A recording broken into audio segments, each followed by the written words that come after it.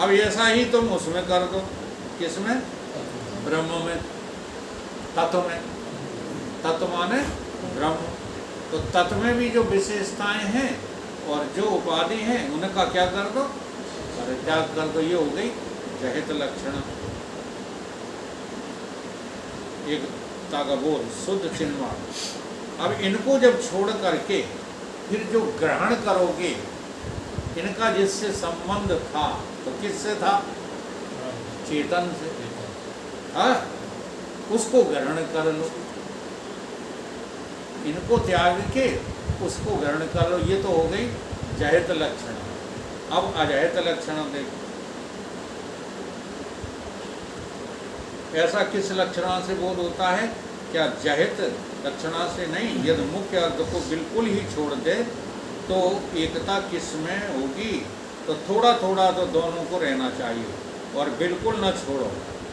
तत्व और तुम में जो विरोध है वो कैसे दूर होगा? जहाँ अन्वय अनुपत्ति और तात्पर्य अनुपत्ति होती है वहाँ लक्षणा करने की आवश्यकता होती है। जहाँ तुम्हारा जो है अन्वय, जानते हो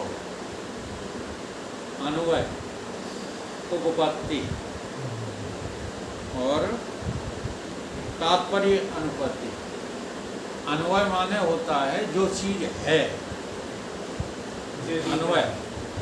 हाँ, और जिसका तुम्हारा लक्ष्य है वो क्या होती है? तात्पर्य। तुम्हारा तात्पर्य कहाँ है?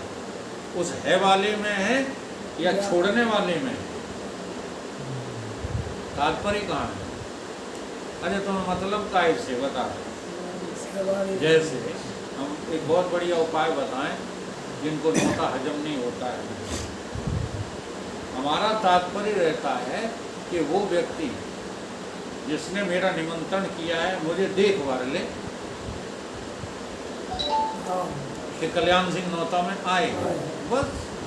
आना क्या जरूरी है? तुम देख गए तो वो जब भी अकेले में बैठेंगे हमारे यहाँ नौता खाने आए, खाया हो चाहे नहीं खाया हो, आज किसी को मतलब है? तुम घंटे खड़े रहना कि हमें कोई जुहार है, आओ साहब, ठाकुर साहब बैठो आओ, तुम्हें कोई नहीं जुहारने वाला।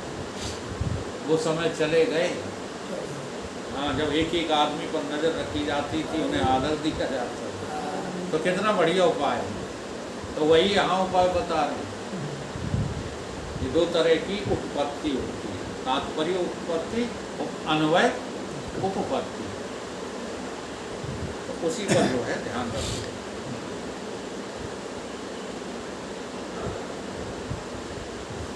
होती है वहाँ लक्षणा करने की आवश्यकता होती है। तो तत्व और त्वम को एक बताने के लिए जहित अजहित लक्षणों के द्वारा लगाना पड़ता है। इसमें कुछ छोड़ना पड़ता है, कुछ पकड़ना पड़ता है। ठीक है, कुछ तो छोड़ना पड़ता है, कुछ पकड़ना पड़ता है। तो दोनों में से कुछ पकड़ा जाता है, कुछ छोड़ा जाता है। ऐसा नहीं कि चेतन आपने पूरा का पूरा छोड़ दिया या जड़ आपने पूरा का पूरा छोड़ दिया। पूरा कहाँ छोड़ पाए? तब तुम असी का जब तुम शोधन करोगे तो पूरा कहाँ छोड़ पाओगे? छोड़ पाओगे? अभी उदाहरण आएगा। जैसे किसी ने एक जो है आदमी को देख करके कहा, सोयम देवदत्ता, यह वही देवदत्त है। बोले इसकी कल जो है वाली पोशाक तो है ही नहीं। तो कहते हैं कि अरे भाई, लाल काली पोशाक का ख्याल मत करो, कल जिस देवदत्त को तुमने देखा था वह जरूर काली पोशाक पहने हुए था, लेकिन इन दोनों पोशाकों से दृष्टि हटाओ तो इसको ग्रहण करो तो देवदत्त वही। अब ये तुम्हें शब्द के बोध से ही तो पता चला। अगर शब्द की व्याख्या नहीं आती, शब्द का बोध नहीं है तुमको, तो तुम्हें परमात्मा है ये कैसे तुम जो है पता लगाओ? तो यहाँ कर्ण इंद्रियों का क्या महत्व हो गया कि कर्ण इंद्रिय इसलिए है कि शब्द जो है कर्ण इंद्रिय पकड़ता है। अब वो शब्द को पकड़ता है लेकिन ब्रह्म को नहीं पकड़ता। इसलिए यहाँ ये बात कही गई है कि जब वो शब्द को पकड़े तो उस शब्द का आप शोधन करना प्रारंभ कर दो, और शोधित हो जाएगा जब शब्द, तो तुम्हें ब्रह्म के अतिरिक्त और कोई मिलेगा नहीं। तत्त्वमसि का ये महावाक्य का शोधन इसी को कहते हैं।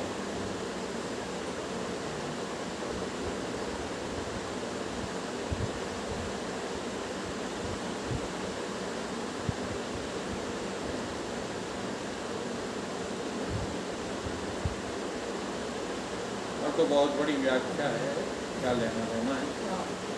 अंत में छोटी सी बात कहते हैं, जैसे एक कहता है कि साकार सत्य है, एक कहता है निराकार सत्य। साकार और निराकार कल्पना दोनों अधिष्ठान अपनी आत्मा में ही है। जो निराकार में है वही साकार में है, जो साकार में है वही निराकार में है। वैष्णव व शैव आपस में लड़ गए, साकारी और निराकारी आपस में लड़ गए। हम समझे? गणपति और सौर आपस में लड़ गए। अपने अपने छोटे छोटे ईश्वर लेकर मजहबी लाठी चलाने लगे। असल में उस ईश्वर को न जानने के कारण ही तो ये सारा बखेड़ा खड़ा हुआ है ना। जो ईश्वर गणेश में है वही देवी में है, वही सूर्य में है, वही शिव में है, वही विष्णु में है, वही साकार में है, वही निराकार में है। यहाँ तक कि जब हम नाना बोलते हैं तो उस नाना बोलने में भी तो वही रहता है। ना इति बोलते हैं, तब चेतन कौन रहता है? जिसको ढूंढ रहे हो वही रहता है, कोई अन्य रहता है? ऐसा जो परमात्मा है नारायण, ये परमात्मा न इदम इदम इदम यत यदम उपास्यते। जिस उपास्य को हमने हृदय में पकड़कर लोग दूसरे से राग करते हैं, द्वेष करते हैं, लड़ाई करते हैं, झगड़ा करते हैं, सुखी होते हैं, दुखी होते हैं, संसार नरक में जाते हैं, स्वर्ग जाते हैं। यत इदम उपास्ते इदम न, जो इदम इदम करके जिस परछन्न की उपासना में लगे हुए हैं वो ब्रह्म नहीं है। अर्थात यहाँ संसार में जितने भी चीज़ों की पूजा हो रही है, जितने भी ढोंग धतूरे हो रहे हैं, ये वास्तव में सच्चे भगवान की उपासना नहीं है। तो सत्य की उपासना करने के लिए हमें क्या करना पड़ेगा? ये जो शब्द कहे गए हैं, इन शब्दों में मुझे लक्षणावृत्ति लगानी पड़ेगी। जैसे पुराण में कहा गया कि 9 दुर्गों में देवी की प्रतिष्ठा कर। अब इसमें हमने लक्ष्य नहीं लगाया, लक्षणावृत्ति नहीं लगाई, वाच्यर्थ सुन लिया और ढोंग धतूरे करने लगे। अब वो परंपरा इतनी गंदी बन गई है कि शाम को लोग दारू पीते हैं। अब बताओ, ये उपासना हुई? जब ये कहा ये गया था कि जब देवी को प्रतिष्ठित करो तो विचार करो, या देवी सर्वभूतेषु, तुम्हारे भीतर क्या वो देवी है नहीं? तो उस देवी की प्रतिष्ठा तुमने अपने अंतःकरण में की क्या? ये कहा गया था। यानी प्रतीक को देख करके, आपने देखा होगा रोड पर जब चौराहा आता है तो प्रतीक लगे रहते हैं, उन प्रतीकों पे लिखा रहता है। दाहिने चले जाओ ग्वालियर लिखा रहता, बाएं चले जाओ इटावा लिखा रहता है कि नहीं? इधर अटेर चल सोए रहे, इधर अटेर चले जाओ, इधर लाहौर चले जाओ, लिखा रहता है। तो वो जो है प्रतीक को देख करके आप लक्ष्य पर पहुंच जाते हो कि नहीं पहुंच जाते? तो ठीक ऐसे ही ये देवी देवताओं के प्रतीक हमारे सामने हमारे ग्रंथों ने, पुराणों ने रखे हैं। इनका लक्ष्य कुछ और भी होता है। जैसे अष्टभुजाधारी, तो अष्टभुजाधारी कोई स्त्री थोड़ी होती है, ऐसा विधि के विधान में है ही नहीं, लेकिन तुम्हारी बुद्धि में इतना कचरा भर दिया गया है कि तुम जो है 8 भुजाधारी के सपने देखने लगते हो। 8 भुजाएं लेकर प्रकट होगी तभी हमें देवी का दर्शन होगा। नहीं, साक्षात तुम्हारा स्वरूप ही देवी का स्वरूप है। 5 तत्व और मन बुद्धि चित्त को देखो, ये कार्य करने के लिए नहीं है, हैं? देवी माने शक्ति, शक्ति माने क्रियाकलाप। तो इनके बिना क्या तुम जगत के कार्य कर सकते हो? तो तुम्हारे भीतर देवी प्रतिष्ठित है कि नहीं? ये जताने के लिए प्रतीक रखा गया है।